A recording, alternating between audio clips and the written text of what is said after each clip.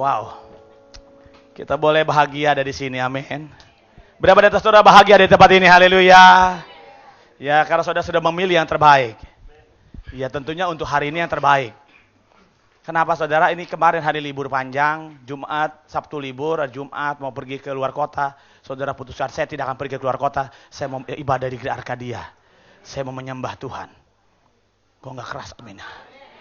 Apakah saudara orang yang tertekan?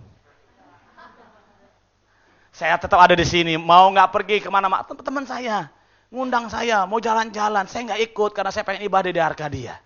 Mau bersekutu dengan roti, tubuh dan darah Kristus dalam perjamuan. Wow, kalau orang itu ada di sini, orang itu pasti pulang dengan sukacita. Orang itu akan mengalami lawatan Tuhan.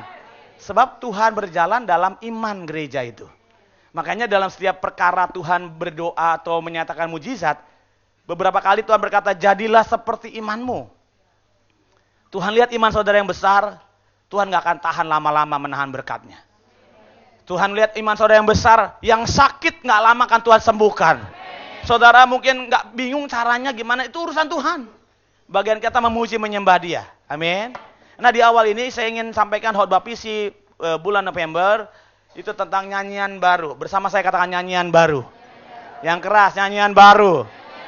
Yang murid Tuhan katakan amin. Oke, saya bertemu dengan murid Tuhan pagi ini. Dan saya percaya kalau murid Tuhan akan respon lebih kuat dari ini. Amin ya. Nah, dari tanggal 29 September 2019 kemarin sampai tanggal 18 September 2020, kalender Ibrani memasuki tahun P. 25780, tahun P. Bisa ngomong sama saya tahun P? Itu gambarnya seperti mulut.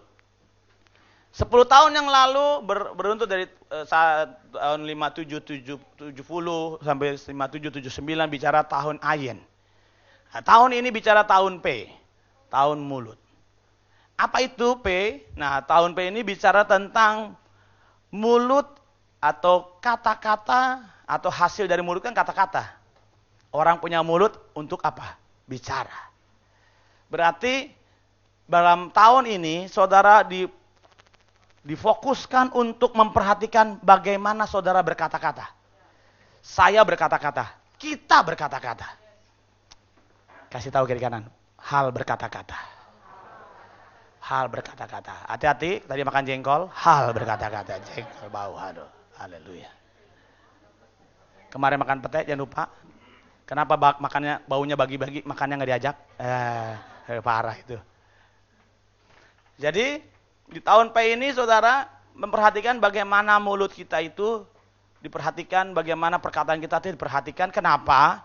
Hati-hati saudara dengan kata-kata saudara.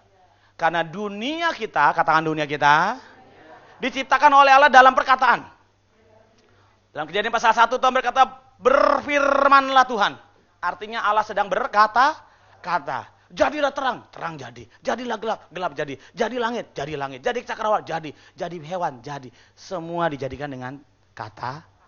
Dan manusia juga hidup, berjalan, menuai hasil dari apa yang dikatakannya. Oke, kita buat landasan pertama ini dalam Matius pasal 12. Matius pasal 12 ayat yang ke-36. Kita akan membaca dengan suara nyaring. Yang mau baca katakan amin. Baca dengan keras. Matius pasal 12 ayat yang ke-36. 2, 3.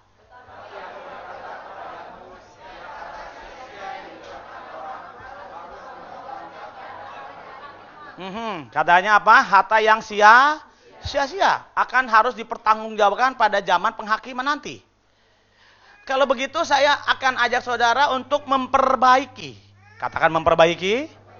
Kata-kata yang sia-sia itu di dalam rumah tangga, di dalam bisnis, dalam pekerjaan, pelayanan, apapun. Karena apa? Ternyata ada dampak akhirnya. Ya, saudara. Ayat yang 37, mari maju dulu supaya kita jelaskan, nanti kita kasih contoh-contoh kecil. 37 dari Matius pasal 12. Baca sama-sama. 2, 3. Karena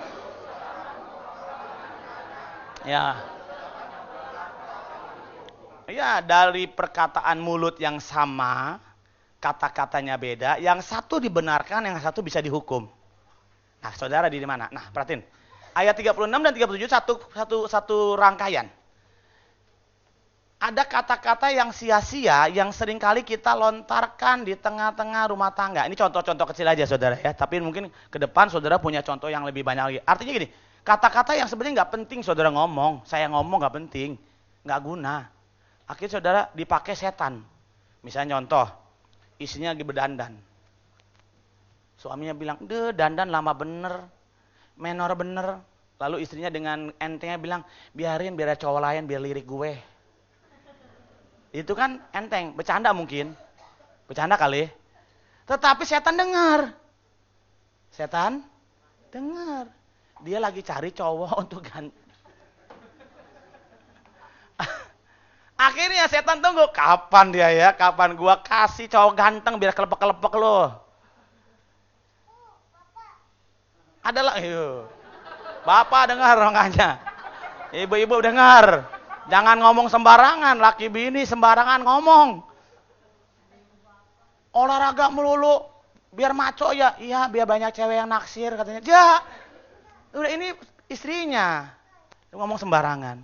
Ada seorang ibu, tiap kali ketemu anaknya, belajar susah dibilangin, belajar, aduh belajarnya malas banget. Ini malas banget, bodoh nih, waduh.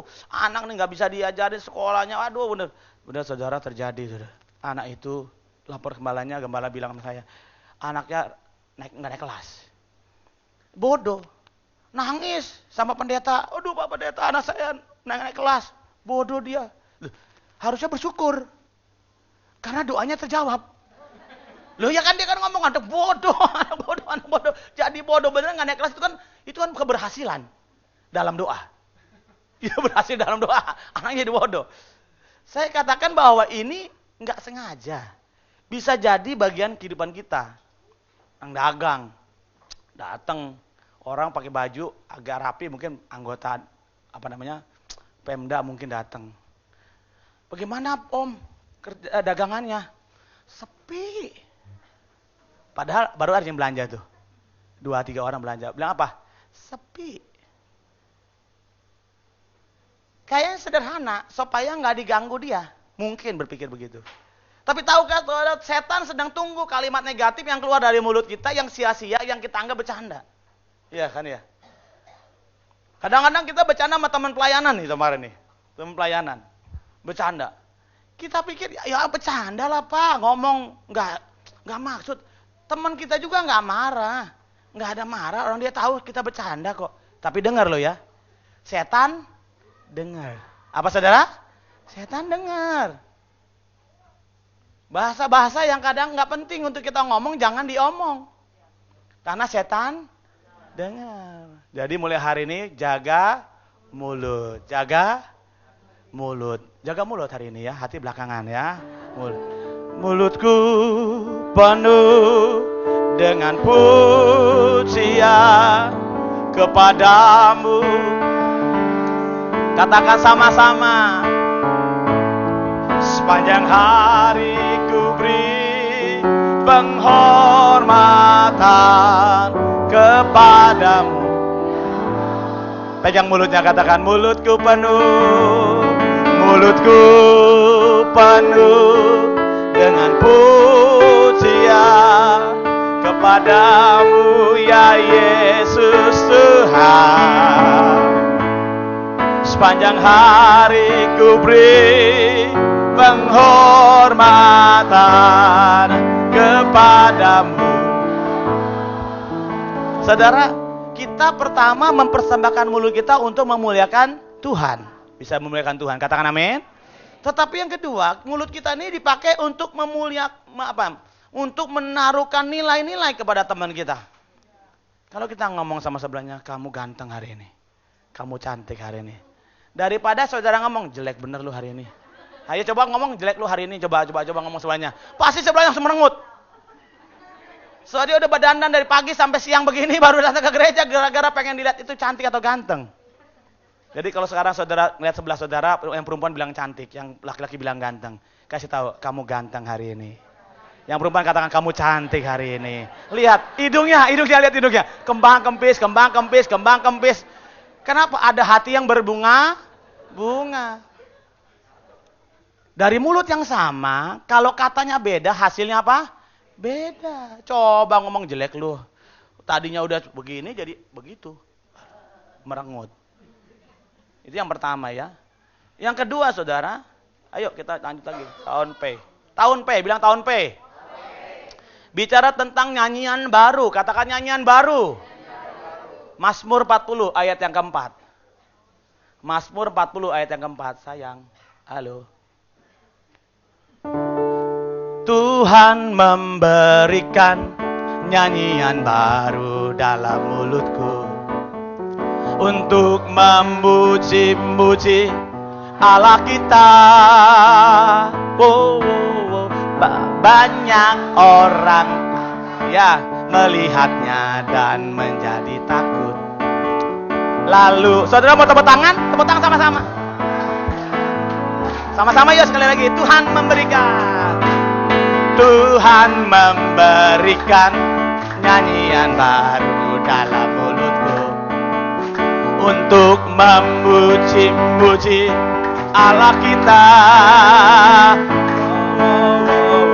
Banyak orang akan melihatnya dan menjadi takut, lalu percaya kepada. Wow, saudara bisa tepuk tangan buat Tuhan Yesus. Tuhan memberikan nyanyian baru dalam mulut kita untuk kita memuji Allah. Kenapa? Nyanyian baru bicara tentang nyanyian yang memuliakan Allah. Katakan memuliakan Allah.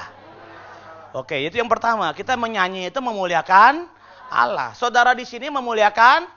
Jangan berpikir WL, singer, pemusik itu memuliakan Allah. Enggak dia doang, kita juga.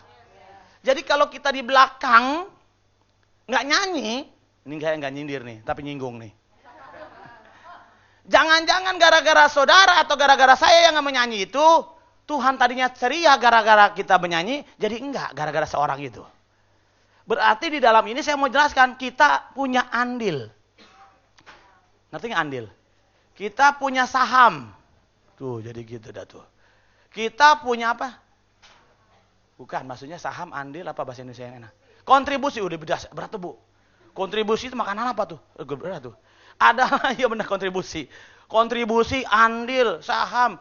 Waktu kita menyanyi, tuh Tuhan lihat tuh kita. Bukan WL-nya doang dilihat. Bukan singernya doang. Kita semua. Katakan kita semua. Kasih tahu kamu juga. Kasih sebelahnya. Maksudnya jangan lihat saya semua. Oh saya semua. Kasih tahu sebelahnya kamu juga. Iya kok saya dilihatin semua jadi saya tertuduh banyak orang. Saya juga. Bilang saya juga. Nah saudara punya andil. Karena kita menyanyi nyanyian baru itu untuk memuliakan Tuhan. Para murid dengar ini. Engkau datang ke sini untuk apa? Misi bangku pak. Manas-manasin bangku. Enggak boleh. Kita orang Kristen pak. Orang Kristen mesti ke gereja pak. Enggak gitu. Datang ke sini untuk memuliakan Allah. Yang mau katakan amin. Yang kedua dikatakan. Nyanyian baru bicara tentang apa? Hatinya Tuhan. Katakan hatinya Tuhan. Nah Tuhan tuh kasihkan kita nyanyian baru di dalam pikiran kita. Karena di hatinya itu penuh dengan sukacita. Dan sukacita yang mau dibagi sama kita. Ingat saudara, ini adalah bagian dari Pentakost yang ketiga. Kita akan ngalami ini. Yang ketiga saudara, nyanyian baru itu bicara apa saudara? Bicara tentang sebuah kegentaran. Katakan kegentaran. Lihat, dikatakan dalam Mazmur pasal 40 ayat yang keempat. Saudara di dalam Alkipon saudara itu jangan sampai salah ngerti. Itu keempatnya itu kita ketemunya kelima. Keempat, baca sama-sama. 2, 3.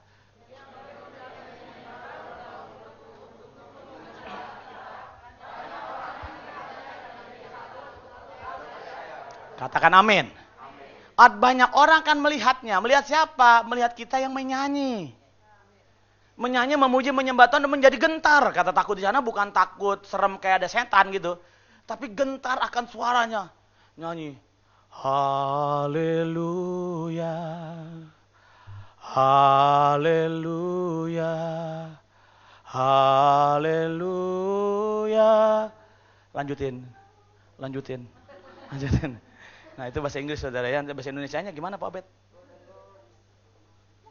Indonesianya?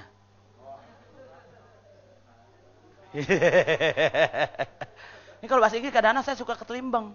Tahu nggak ketelimbang? You know ketelimbang? Suka nyasar. Kemarin orang dengar saya ngomong pakai bahasa Inggris, orang bule. Waktu ketemu saya pakai bahasa Inggris, udah. Dia bengong, dia tidak. Oh, amazing. Amazing. Amazing. What amazing? Keren. What keren? Gak jelas maksudnya ngomong apa, gue bingung. Itulah hebatnya orang Indonesia pakai bahasa Inggris. Karena kita bukan orang Inggris, makanya Inggrisnya campur Indonesia. Maksudnya orang Inggrisnya di Indonesia diinggrisin.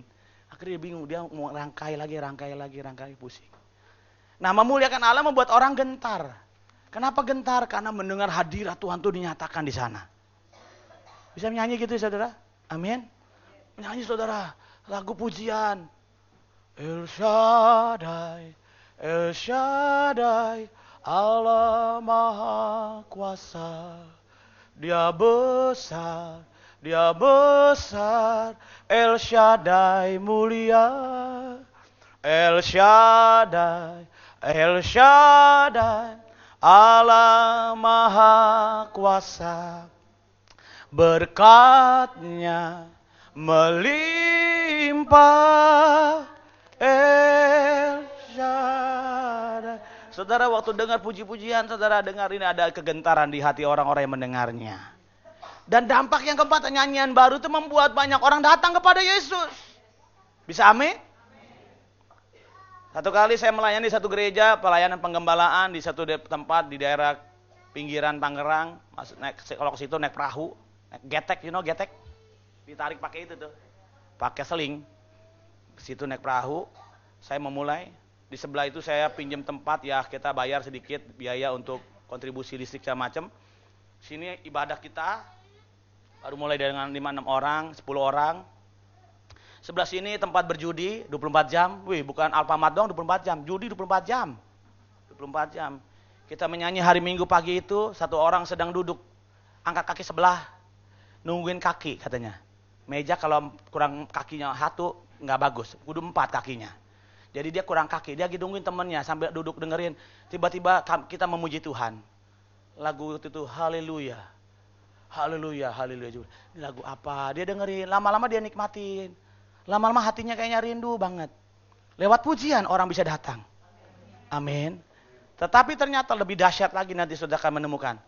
Kisah Rasul pasal 16. Buka kita saudara. Kisah Rasul pasal 16 ayat 19 dimulai. Lihat Alkitabnya saudara masing-masing tentang Paulus dan Silas dipenjarakan di Roma, di penjara Filipi. Dan di sana diceritakan bagaimana Paulus dan Silas ditangkap tanpa pengadilan dan dimasukkan ke dalam penjara, singkat cerita begitu aja deh ya. Di tengah-tengah penjara. Jadi dia bukan di pinggir penjara, bukan di lorong penjara, tapi dia ada di mana? Di tengah-tengah yang ada di penjara itu ada tengah-tengahnya. Dia taruh di situ. Dan bukan cuma hanya di tengah-tengah, berarti lari susah ya. Tetapi dia waktu di penjara kakinya dipasung. Dipasung dengan pasukan yang kuat. Tetap ayat 25. Ayat 25 ini membuat saya begitu rasakan, aduh saya bahagia banget ini membaca ini. Dan saya mau praktekin ini. Baca sama-sama ayat 25. Kisah Rasul 16 ayat yang ke-25. Baca sama-sama. 2, 3.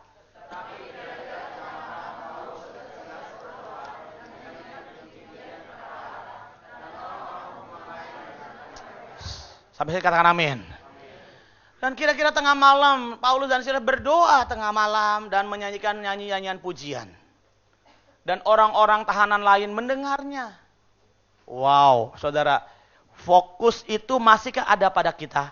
Di tengah-tengah kehidupan rumah tangga, di tengah-tengah kehidupan ekonomi, di tengah-tengah kehidupan pendidikan saudara, di tengah-tengah kehidupan pelayanan saudara, yang hiruk pikuk, yang penuh masalah, yang penuh tantangan saudara. Engkau seperti terjepit di tengah-tengah masalah itu, engkau nggak bisa lari kemana-mana. Masihkah kau fokus sama Tuhan? Paulus dan Silas tahu diri, dia memang terpenjara secara tubuh, tapi roh dan jiwanya tidak terpenjara. Waktu Tuhan memberikan nyanyian baru kepadanya, dia tidak diam, dia responi. Lalu dia berdoa. Dan bukan hanya dia, orang tahanan itu mendengarnya. Nah, dampaknya luar biasa saudara. Ayat yang ke-26. Ayat 26 bicara, baca sama-sama dengan suara nyaring. 2, 3.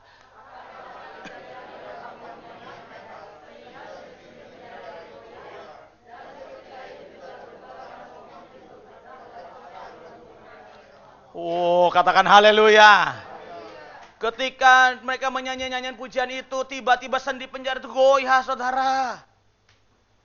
Oh, saya ingin kasih tahu bagaimana kagetnya orang-orang. Saya yakin termasuk Paulus dan Silas juga kaget.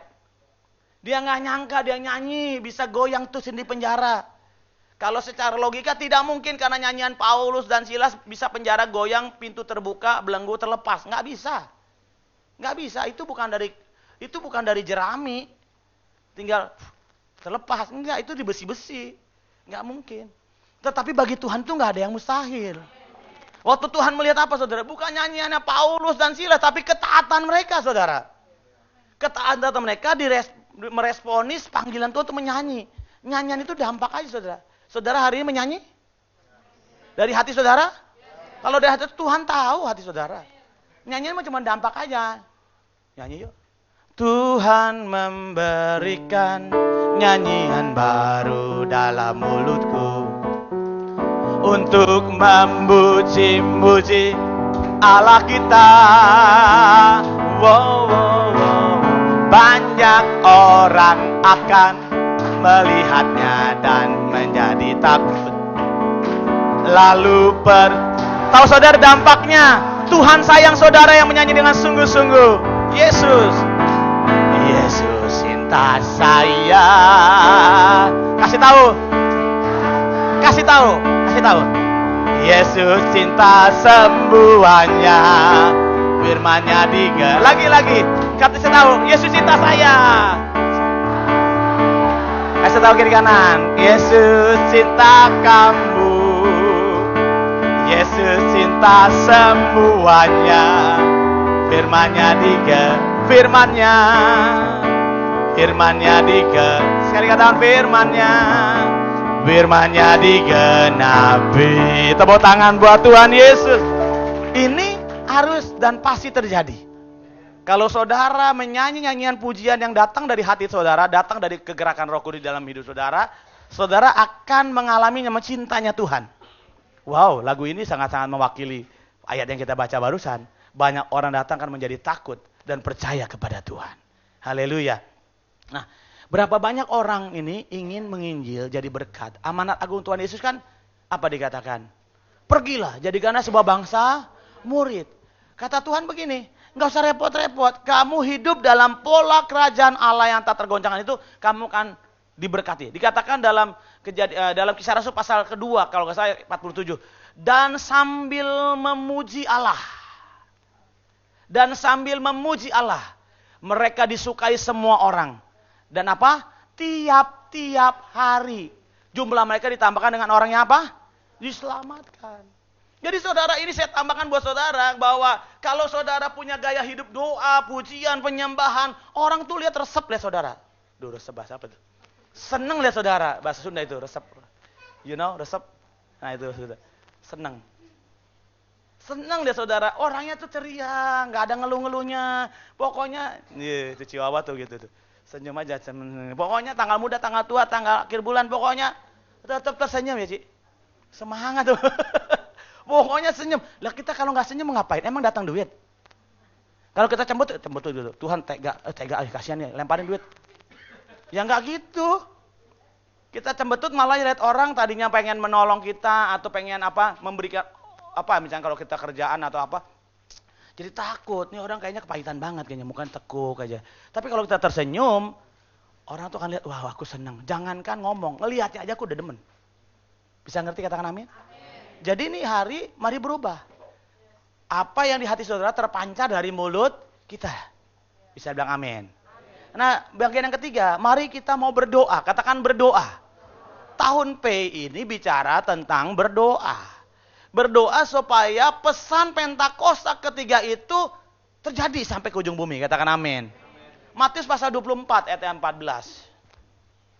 Matius 24 ayat 14. Injil kerajaan sorga maksudnya ini dikatakan 2, 3. Dan Injil kerajaan. Ya.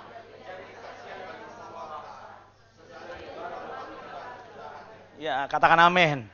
Injil kerajaan sorga ini diberitakan sebagai kesaksian kepada semua bangsa. Injil kerajaan. Itu tentang gaya hidup. Katakan gaya hidup. Itu tatanan peradaban kerajaan sorga itu dipraktekin oleh kita orang-orang percaya. Bilang amin. Dipraktikkan oleh saya dan saudara sebagai milik kepunyaan Allah, murid Kristus. Kita adalah kepunyaan Bapa dan tatanan kerajaan surga kita praktekin tiap hari. Gayanya. Makanya kita berubah dari mulai perkataan. Yang mau berubah katakan amin. Nah kita masih berdoa. Yang pertama kita mau berdoa untuk bangsa Indonesia. Yeremia berkata begini, berdoalah untuk kotamu dikatakan. Karena kesejahteraan kotamu, kesejahteraan kamu juga. Siapa mau berdoa buat Indonesia? Boleh angkat tangan bilang saya mau. Berdoanya gimana? Ya berdoa seperti setiap malam saya deklarasi bilang damailah Indonesiaku. Ayo ngomong sama-sama 2, 3. Damailah Indonesiaku. Mukanya damailah Indonesiaku. Saudara bedanya 45 sama sekarang beda di situ. Waktu dulu Bung Karno dan teman-temannya berkata, merdeka, hidup atau mati, merdeka. Mukanya itu pokoknya kayak semuanya pengen keluar. Biji matanya mau keluar semua. Karena saking gina merasakan betapa beratnya penjajahan. Betapa beratnya penindasan.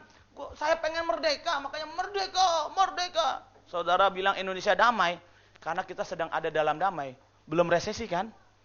Tapi nanti kalau misalnya Tuhan izinkan resesi atas Indonesia, keadaan buruk atas Indonesia, saya sedang tidak menyumpahin saudara.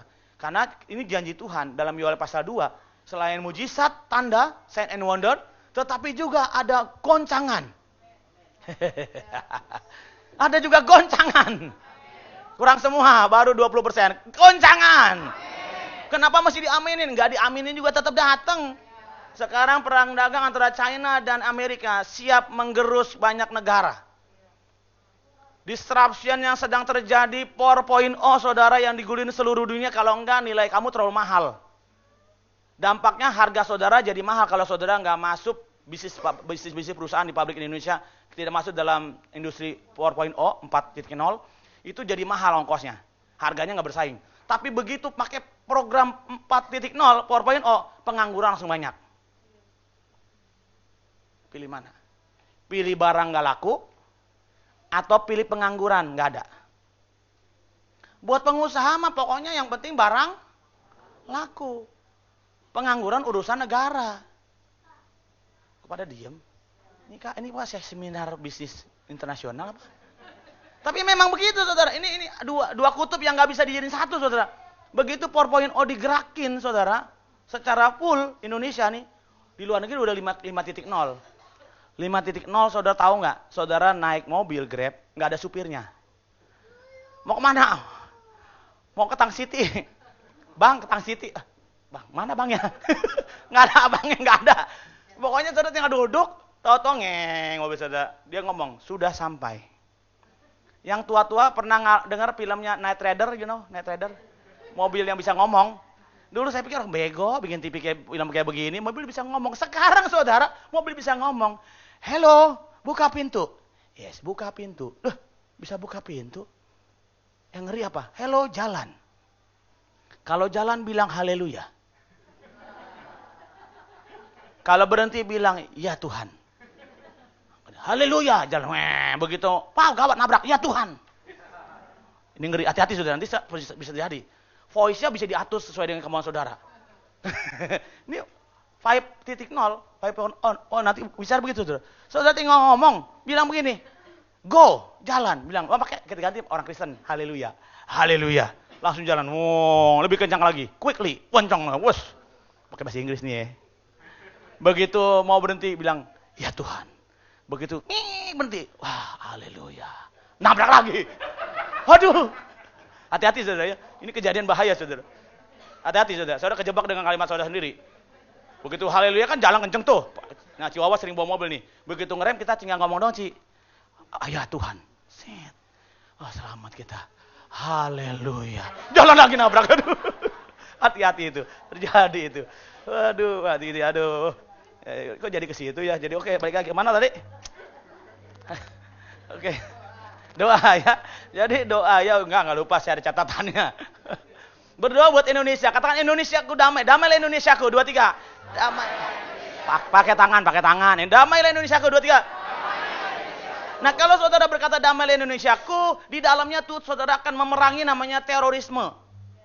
Katakan ya. Radikalisme. Katakan yes. Apalagi saudara, narkoba, katakan yes.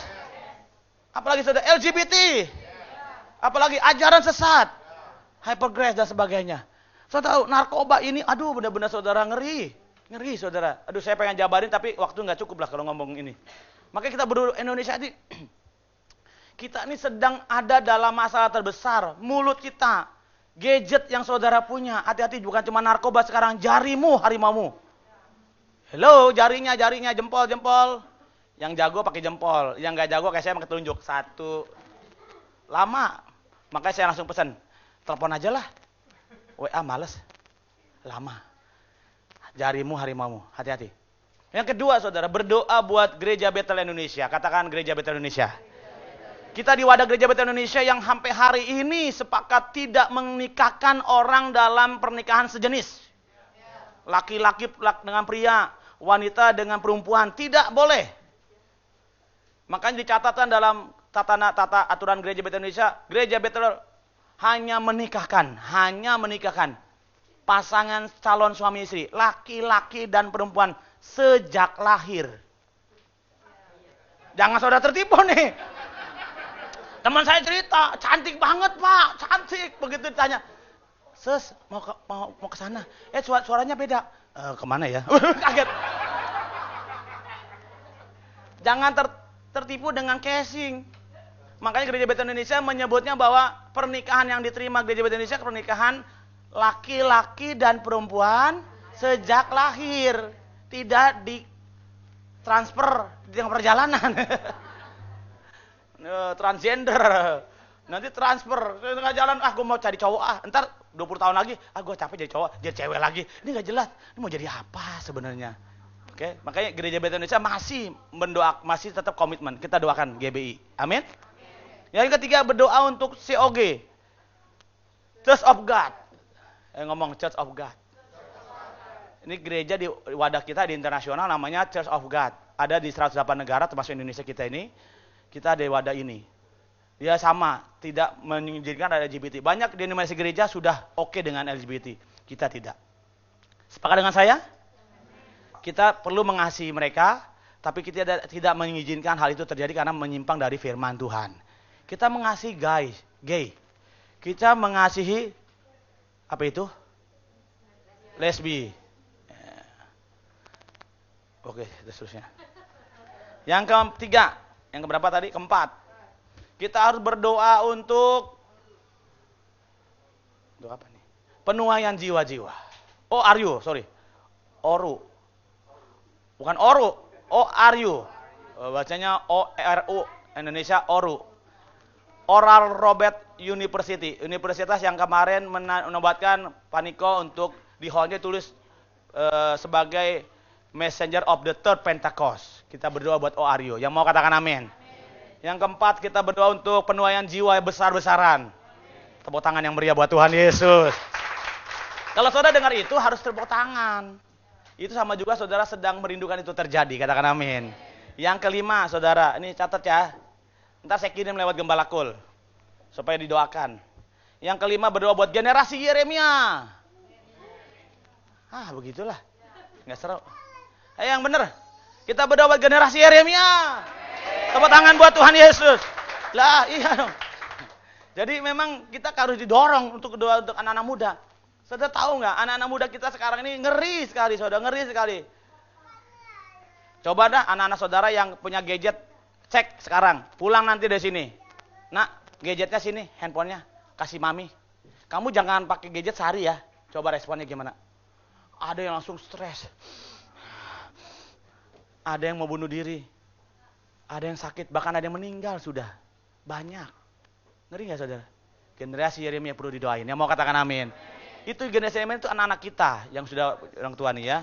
Lalu saudara berdoa buat apa? Your kingdom come. Kerajaan Allah datang. Doa Bapa kami dalam Tuhan Yesus berkata begini. Berdoalah seperti ini.